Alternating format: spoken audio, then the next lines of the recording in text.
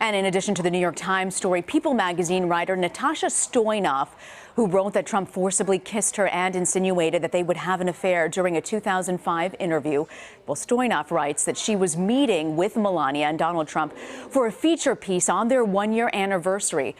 But when Melania Trump stepped away, she writes, "We walked into the room alone and Trump shut the door behind us. I turned around and within seconds, he was pushing me against the wall and forcing his tongue down my throat."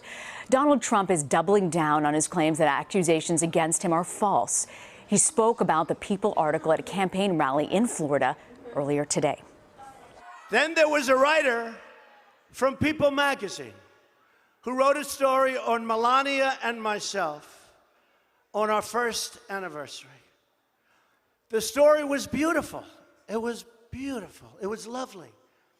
But last night we hear that after 12 years, this took place 12 years ago, this story, a new claim that I made inappropriate advances during the interview to this writer.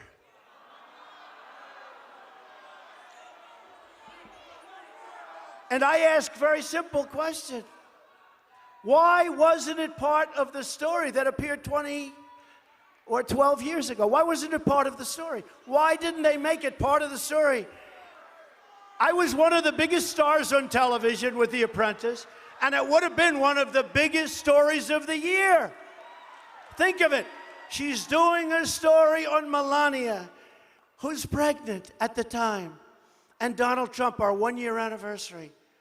And she said, I made inappropriate advances. And by the way, the area was a public area, people all over the place. Take a look. You take a look. Look at her words. You tell me what you think. I don't think so. I don't think so. People senior editor Charlotte Triggs joins me now from the People magazine newsroom in New York. Charlotte, thank you for joining us. Oh, thank you. I want to ask you, though, Donald Trump says that this story is completely fabricated. He's even threatened to sue the New York Times for publishing their story. Are you worried about legal action that he might take against People magazine? Yeah. You know, we stand by the story. This is something that we took very seriously. When Natasha decided that she was ready to open up about this, you know, obviously we were very pleased just for her to be able to tell her story and to do a service to women and to get the truth out there. And we fully vetted this, and we definitely stand by everything she said. Now, Natasha writes in the story, except for a few close friends and family, I didn't talk about the incident in time. I chalked it up to one of the hazards of a roller coaster ride of celebrity journalism. Donald Trump forced himself on me. I tried to make myself believe it was no big deal. Does People magazine, do you feel they did enough to protect this journalist and help her?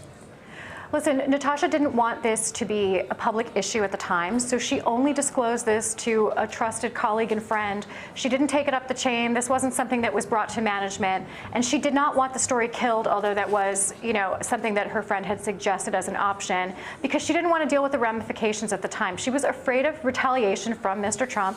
You know, at the time, he was a big TV star and business mogul. Now, of course, he's an even more influential man, and she was afraid of retaliation from him then, and in fact, you know, this is something that has worried her all this time. And this is obviously something that's still of major concern, but after having heard him at the debate, denying having ever actually acted on those impulses of forcibly kissing and groping women, she felt a moral obligation to open up about this. You know, it's an issue that affects so many women, and we're seeing many women coming out who finally feel comfortable enough to come forward. I'm curious about corporate America. Does People magazine feel that they need to change the way that they approach these stories? You do a lot of feature pieces. It's important to get in with these celebrities. Will you make any changes to the editorial process to make reporters feel safe as something like this happens in the future? I'm not sure that that's something that's, you know, a clear cause and effect, because as a matter of fact, you know, Natasha had covered the Trumps for several years before this incident happened. She had a great professional relationship with them, was quite friendly with them. And, you know, this is not something that someone would anticipate encountering in a professional environment. And so I think that it was particularly a surprising incident to her and not something she could have foreseen, or that the magazine could have foreseen, because, you know, it was a wildly inappropriate action for him to take and not something that anyone could have expected. So have they talked, are there discussions at People about how to approach this if it happens in the future? I think that, you know, everybody would be encouraged to just disclose it and come forward. But of course, that's the personal choice of the person involved. I want to read you another part of Natasha's article, and she writes, "You know we're going to have an affair, don't you?" This is Donald Trump here. In the same confident tone he uses when he says he's going to make America great again. How did Natasha approach you about writing this story? You know, I don't want to get too much into it, but, you know, Natasha had for a very long time kept this very quiet and had only told people extremely close to her. A handful of people were aware that this is something she had experienced.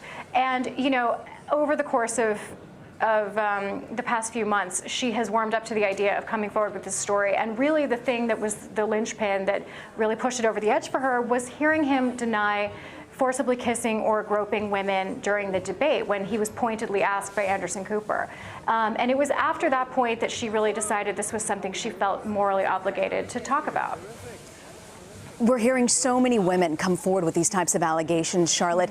Is there anything that Natasha said to you that could make her feel better about the situation or might help her put some sort of closure on this?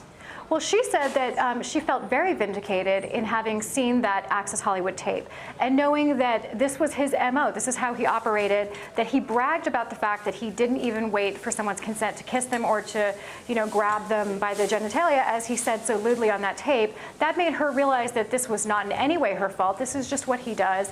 And she felt quite vindicated by that. Okay, People's senior editor Charlotte Triggs. Charlotte, thank you, and thanks to Natasha for sharing, because so many women who have gone through sexual assault say that it is very difficult to come forward. Thank you for your time. Absolutely. Thank you.